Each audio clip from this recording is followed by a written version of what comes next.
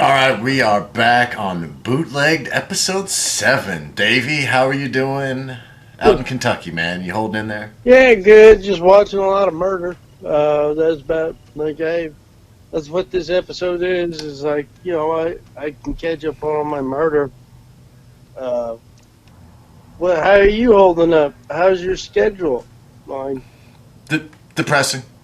Um, just, I don't know. I'm not, I guess maybe more like a manic depression where it's like you're excited one day, and then you're like, oh, I want to, take a nap the next minute. And you're like, oh, I'm excited. And then it's just like I'm just trying to find more things to be excited about, I guess. Is that just me, viewer at home? Am I the weirdo here? I Everybody, don't think I am. I think, like especially comics or people in the entertainment industry, uh, are just trying to find new and ways to stay interested and like expand it, and like you have to set boundaries and rules. And as weird as it sounds, is like, hey, but all right, I'm not gonna watch Netflix till 2 this afternoon, and I'm gonna wake up at 7 and try to learn something.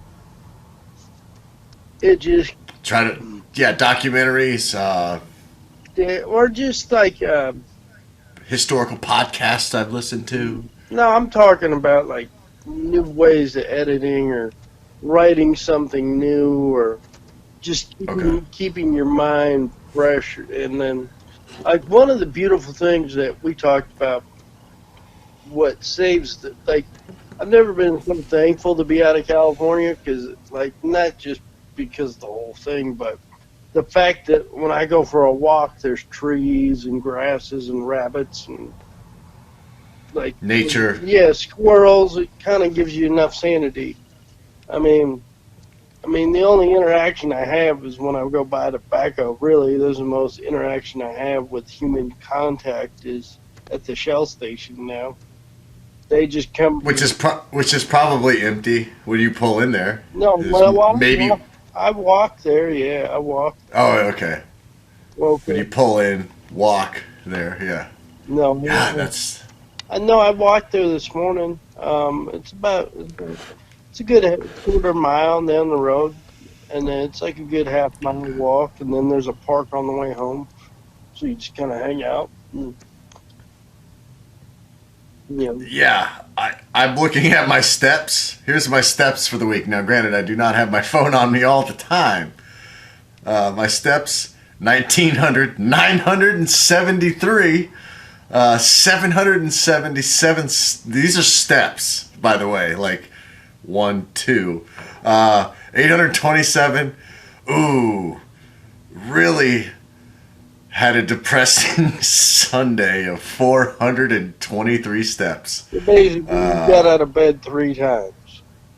Oh my god! I mean, but maybe this is also indicating that I'm not carrying this on my person. I'm setting it down, walking, maybe taking 700 No, steps. I know. God, when is this gonna be over? I just want to go outside. I'll start playing basketball again, Davey. I'll be active. Just give me the chance, coach.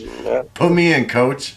Well, I think it's just being patient and like understanding that for the people that are like, well, we got to be cautious. I'm like, well, look, here's the deal with this whole thing. We're not gonna stop eventual. I think it's coming down. You know, and you could tell our president's itchy, and he realizes people are starting to get itchy. Like he's like, hey, listen, I mean, the pandemic's bad, but people want to start the American Revolution is going to be as bad. Because I mean, let's be real, is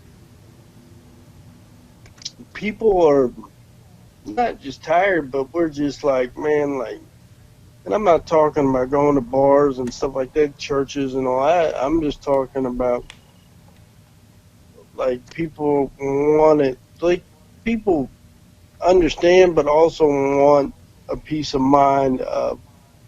We want to see progress. Like that's just human nature. The unknown is the thing. Like how many people that do have it that haven't been tested or that won't be tested. I think some of the deaths too, maybe they have COVID, but they're on death's door anyway. That gets slotted as a COVID death, but not to nitpick. It's a deadly disease. It's like you can't really debate like, oh, how deadly is it? It's like, I don't know. 26,000 people have died so far, so it's that deadly. But they're starting to lay out a course of action out here in California. Governor Newsom, hinted at what's a restaurant look like with a mask, disposable menus, wearing gloves, half the tables are removed, distance, some sort of resemblance of what it was back in the day, but definitely not back to normal, if you will, like what we're used to. But I'll take it. But that's the thing is, you live in California, so they'll take it because you already have disposable straws and stuff like that, so they're gonna take it to the extreme, like of ordinances and stuff like that, and then they'll still give you the highest taxes and like, well, we opened your business back up, but we didn't cut your taxes, but we cut your business in half. It's, Yeah. Here's the thing about this is, yes, fire marshals for capacity and stuff like that, but if you have capacity, in my mind, no government has the right to tell you X, Y, like, yes, there's safety capacity stuff that you have to follow. I get that. Like, we don't want poison incidents, or was that White Snake or whatever, when a bunch of people went and watched horrible music and caught on fire. Burnt up in the maximum occupancy. Yes. Yeah. Yeah. The doors wouldn't open. Tragic. It was in New Hampshire or Massachusetts. And then everyone was like, oh yeah, White Snake, that was a band. And then like, man, that sucks. People died watching White Snake. But if you're a fan, you're a fan. So yeah. What I'm saying is that's great on Governor Newsom's thing, but it's gonna be different. That's the one other thing is Kentucky might do the same thing because we have a Democratic governor, and he's talking about every week. It's and I like him, but every time I listen to him talk, I'm like, man, you can't be we're hitting the peak this week because you said that last week. All right, we're hitting the peak. We're in the middle of it, and then we were in the middle of it last week, or like we're peaking again. It's a false peak, just like in hiking when you think you're at the top and then you're only halfway there. That's Kentucky, but stay inside. We'll get you milk, water. We'll get you chewing tobacco, cigarettes. Oh, dude, it's funny because I think I told you that I don't know where he gets these stats. It's like we ranked 5th in the United States about how we reacted to the COVID-19. I'm like, where are you getting these rankings? Ranked 5th? Like, was he called in fastest or put in the request?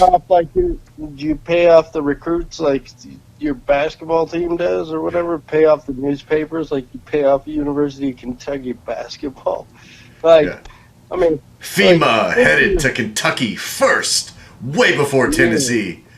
Yeah, just pretend you're like it's Adidas or whatever. Hey.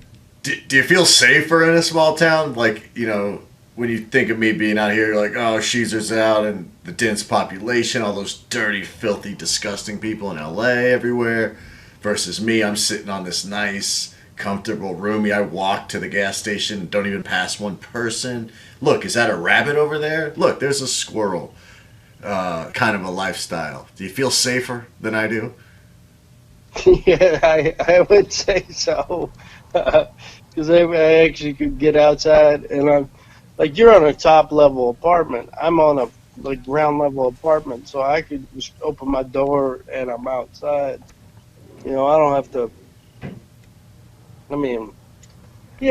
Small towns are scary but it's fun to watch. because one of the topics we wanted to talk about was so I had heard this story. I'd seen this story But you want to about go into Skidmore? Skidmore. You want to go? Yeah, let's talk Okay, about I'll tell you Skidmore. what. We're going to take a quick break. We'll be right back talking about the best documentary I've seen in years, maybe my life. No one saw a thing. It's on Sundance Channel. We'll be right back after this.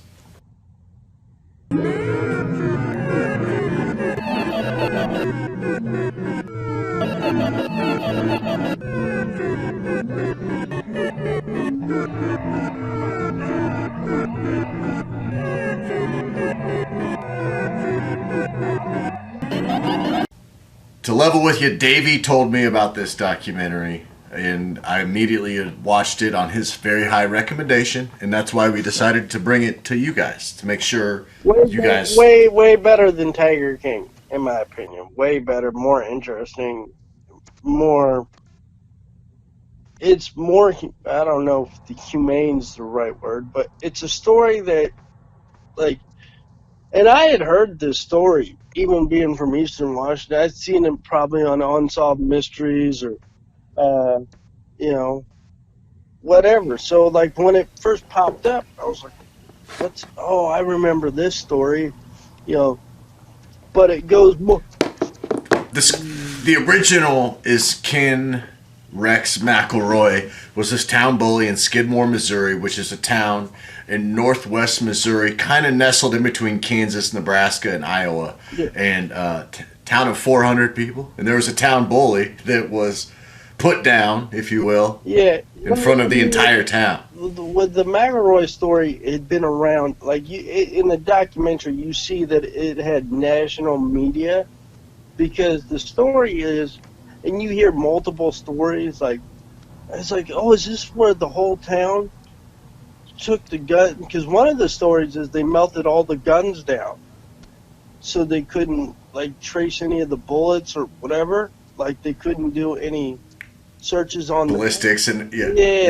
They couldn't. Yeah, so the one gun in the river. Let's not forget. And we're not. Look, this is kind of. I mean, we're not spoiling anything. This is real life, so it happened. It's just. I don't care about spoil. Like, yeah, you just have to go watch it. Yeah. I mean, we're just telling you the main story, but there's some more fun, messed up stuff that you wouldn't even think. Like you'll be like, oh, this is what they talked about, and then you'll get to episode 5, and you'll be like, what the hell is wrong with this town? Like, Yeah, it deals with the meth epidemic in rural America, circa 2000, 2001. That was back before Mexicans made meth. You had to make it in like a bathtub with the soda. orange meth. That was the good American meth. That was the crank meth. Yeah, I'm not sure. I'm sure they talk about it, like meth heads right now. No, I know. I know. Me and my buddies have had this long conversation. Orange meth was American meth, right? And the white is mainly Mexican. It's more, I don't know. They just came up with different chemicals or whatever. I'm not a cook, but like I remember meth being orange. What it was, we didn't call it meth. We called it crank. Right, that's right. Crank. That's a very popular term. John has been to my small town, which we've talked about, and we have a. What's your favorite meth story? What's your favorite meth story? This one just kind of pops off the top of my head. Was when we were doing a show in Topeka, Kansas a few years ago. We stopped at a gas station, and this guy came in and skipped. Do you remember that? He skipped all the way to the soda fountain, and then he refilled his drink, and then like skipped all the way to the line. Yeah, he was tweaking. Yeah, Couldn't stand still, dancing around, asking a bunch of questions. I mean that's not really. That's just one when you see a meth guy in daylight, and you kind of really, you have to admire a little bit of the courage, because in that guy's head, he's like, I'm not that high where I can't go down to the gas station and be in public and get a 64 ounce Mountain Dew, and he thought he was decent enough to do that, and he tried to play it to watch people fucked up. Try to play it cool is one of my favorite things to do. But he thought he had us all fooled. I know he did. He was just trying to be nice and sly. How's your day going? I mean, Good. Why are you talking to me? You know? well, and that's why I bring that. That's the only correlation between that and Tiger King that I noticed. I was like, hey, maybe they sold that meth to whatever Eddie the Tiger or whatever the hell his name was. Joe Exotic? Come on, Joe. Joe Exotic, yeah, his boyfriend, straight boy. And, but my favorite, my small town meth story is my favorite. Is not involving me, because I mean, you know, like when I was younger, I dabbled a little bit, but I didn't Dabbled. go Just full. dabbled a little. I wasn't. I wasn't a Dabbled. tweaker. I didn't. You know, I only. I probably snorted meth like on it. Like I've done way more cocaine than I did meth because I've probably done meth like 4 or 5 times. So I wasn't like I didn't like it because I mean I like when you get high on it like and like.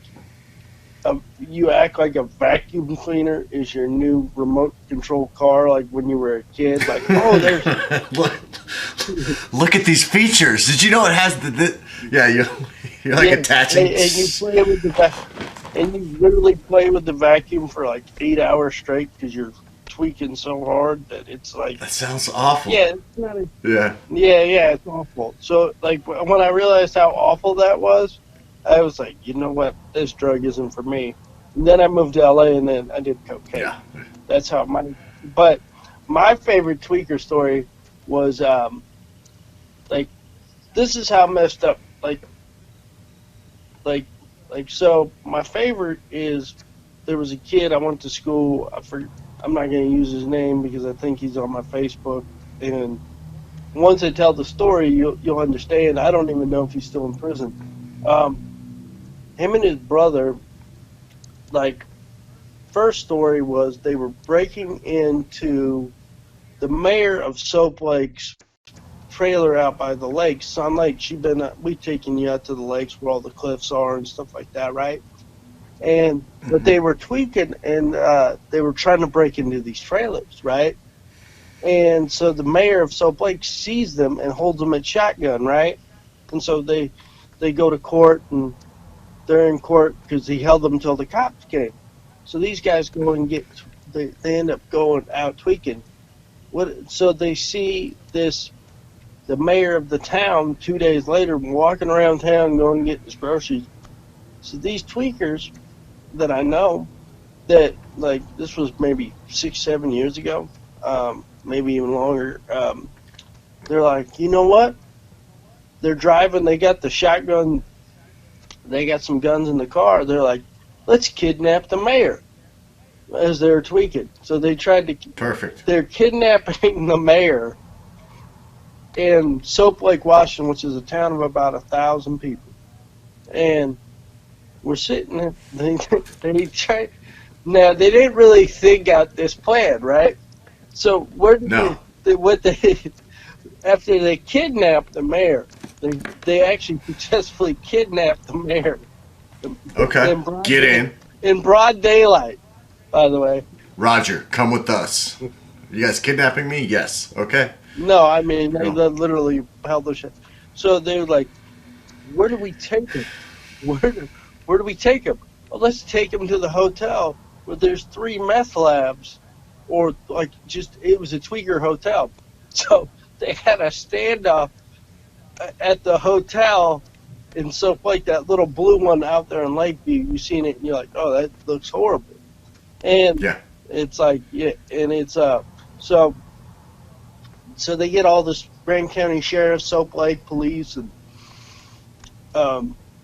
Moses Lake comes down. No, it wasn't Moses Lake. They had the hospital helicopter. They made shift the medical helicopter into a police helicopter because that's what we do in small towns. They're like, all right, nobody.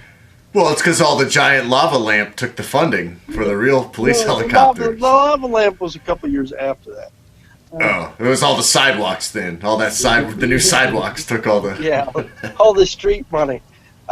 So That's when they're buzzing this thing with the helicopter from the hospital / police. Yeah. And we haven't even got to the funny part. As they busted into well, apparently they busted into when they finally talked down these guys that I went to school with, because they actually used a little radar, and they're like, oh, there's a lot of weird cooking, heat signatures going off in all these rooms, and, and Wonder what's going on. so they not only rescue the mayor of Soap Lake after the massive standoff of like a couple hours, but they also bust from what I understood, they bust 3 meth labs and stop a kidnapping. That's like the ultimate bust right there. I mean, that's like how a good action movie ends right there. Well, because kidnapping saved and multiple drug kingpins not folding. Kingpins. It's what happened. Well, in a county, they're county kingpins. Yeah. But you have to think about it. Where does a tweaker feel the safest at? Is a tweaker den. And that's what they took up, was like a hotbed. Like, hey, we're not gonna take him to a different town. We're just gonna take him to where we know is a tweaker den. But here's the funny part about this is like, after all, and we've had I've seen there was a guy.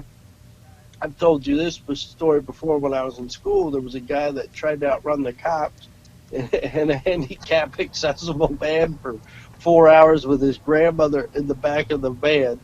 I've seen that before, but that was in Grant County too. That was in Ephrata. That went on. Okay. That happened in Ephrata where I grew up. Yeah, that went on. We still talk about it. Like everybody, hey, remember when such and such? Because he changed his life. But we all laugh about the time that his grandma was in the back of the van. Remember that time you got chased down by the cops for 4 hours? Yeah. With your 74-year-old grandmother in the back? That was hilarious. Yeah. That was good times. You're a changed man. You're a whole different person now. It's like, yeah, I would hope so. Yeah. Otherwise, you're on course to rob banks, murder. That's why you stay kids. That's why you don't do drugs, especially meth. But that seems like a good idea. But here's the funny thing is so when I was watching this documentary, and I some of the history of my town, and you've kind of what the heck is wrong with this town? What are wrong with these people? But I was watching this documentary, and I was like, my town ain't so bad. Really, it ain't. Compared to the per capita of what you people do, I'm feeling 400 fluctuation between 400 and 250 people. What ends up being multiple. I won't spoil the total number, but multiple deaths over the course of a 20-25 year stretch. That have to do with just domestic stuff, drugs. Just a lot of, and historically too in the town. Going back 90 years, there'd been what I'm gonna say. No one saw a thing. Yeah, they for a town that had 450 people, we had a couple national things, but they had the lady one, and I'm not gonna give it away, but the lady one was probably one of the more bizarre things, and I believe she actually lived in Kansas City or whatever. She lived in Kansas. No, yeah. One of the people lives in this Skidmore, which is about an hour and a half north, just straight north of Kansas City. And then in one of the cases, there are 2 ladies involved. One of the ladies lived about an hour west of Kansas City, out in Kansas, middle of nowhere. Yep. Do you remember when we were driving through western Kansas in the middle of the night next to that train, and the train blew its horn and scared the shit out of us, and we almost wrecked? Yeah. The car. It was and it was a real small town like that, just in the middle of nowhere. I also learned, don't try to pass a train on a highway next to a train track, because they're competitive, and they'll scare the shit out of you with huge, loud train horns at 3 a.m. But anyway, yeah, that the that lady was from that small town. But it's just the whole thing points out that there is possible corruption in police forces, possibly. Well, There's a lot to do with give it away. prosecutors. That prosecutor is the most incompetent prosecutor I think I've ever seen. Like, he's like, yeah. And he's like, his dad told him to take the job because. Yeah, you'd only have it for 2 months. So then he's like, just take it. You'll have it for 2 years and you'll move on. It'll be a good stepping stone. And then he was there for 28 years, retired there just recently. Yeah, he's retired, and he's just like, and like the first one, the story, it's basically what I like, and like you'll see like the creator of the town, Skidmore, he's a creepy dude. Like I mean, like, and maybe it's just those old timey pictures that I like when I look at them, I'm like, man, those people look like they're devil worshippers. I know they're Christians, but they look like. They look rough. They look like they almost look soulless. They're like they're like, should we take the picture at the beginning of the day or at the end of the day when everyone's worked 12 hours and tired? Like, let's do it at the end of the day so everyone looks really creepy and exhausted. Yeah, it was eerie. Well, and and that's what made this like, because if people that are from, and I don't mean this in a wrong way, John, but people that come through like small towns like that from where you're from is like, you're like, I'm not saying you necessarily because you travel, but I'm saying people that have never been to those small towns are like, oh, this is a quaint small town, and what I've learned is the quainter the small town, the creepier stuff goes on at night. Like, it's like, wow, yeah. I mean, and not to be perverted, but Enumclaw, Washington, you've been there, right? Enumclaw? You been to Enumclaw? I don't think so. Okay. And I think I've told just, like, we've done this on a couple podcasts, but I like telling this story. I think it was Enumclaw. And I remember, like, coming up, never been there before. Sorry about that. We're 2 hours ahead. We're 2 hours ahead, so we're like, I was getting ready to do this show, and like this Asian guy comes up who owns the bar, and he goes, "Listen, I don't want you to do any horse fucking jokes." I'm like, what? They don't like it when you do jokes about bestiality because they're kind of sensitive about it. I'm like, what? And somebody came up to, like, the other comic, oh yeah, we know. Like, and I was like, what is he talking about? And he goes, no, do you know what happened here, David? I'm like, no. Like, I didn't, like, it was the one video where the dude, like, the horse had sex with him and killed him. That happened at Enumclaw, Washington. The whole time we're driving through town, I'm like, oh, this is a quaint little town. This is when I came up with this realization. The quainter the little town. And then they tell me the whole story. It's like, cause they leave out parts. It wasn't just he was having sex with the animals. He started a whole sex ring of people that came from different countries and different towns and came into town to live out their bestiality dreams. And so, like, the whole time, no, I've never been there. I'll put that on the list of places to visit. Yeah, we'll get there. Is this the museum? Is this the barn where he died? No. So, yeah, you don't want to do. I'm never gonna do. Where's that town at? Is that on the west side or the east side? Yeah, it's on the west side. It's right, like it's more. It's by Everett. I don't really know exactly, but it's like. Is it one of those gold bar index type of spots? It's a decent sized town, but they're like a small town, and It's like a Moses Lake size town. Okay. Wow. Well, if I'm ever doing Yeah, shows there, I'll know. yeah, Yeah. in Enumclaw. It was Enumclaw. It was Enumclaw. Because Cleons were, I think, one of those towns. Well, no, I'm gonna make this a video and then I'll promote it in that town, so that way everyone will see it and know that we haven't forgotten about you and all your animal sex that you guys do up there. Well, there you go. No, doing the show was weird because it was like I was. Wait, so you don't do bestiality jokes though, really? Do you? I mean, I've never really. No, I've never. But I'm like, man, I don't want to. Like, I'm afraid I'll say something that's wrong now because now it's in my head. And usually when you have something rattle around your head, because I'm just like baffled about what's going on. Yeah. And so I'm up there, and this is how I ended, because every small town, I was like, look, it's a great town. You have a lot of scenery. This is how I ended. Don't ever let anybody put you down for your dark little secrets, because every little town has its secrets. That's how I said, I know something weird went on here, but Not gonna say it.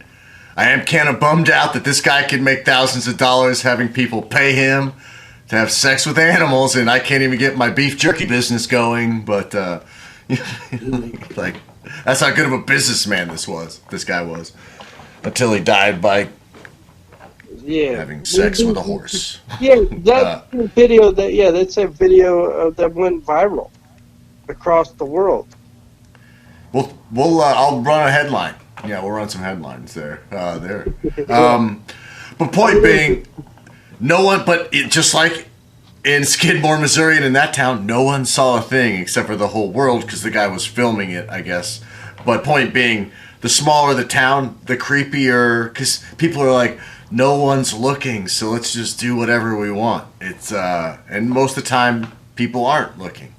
And most of the time, when meth's involved, it gets super creepy.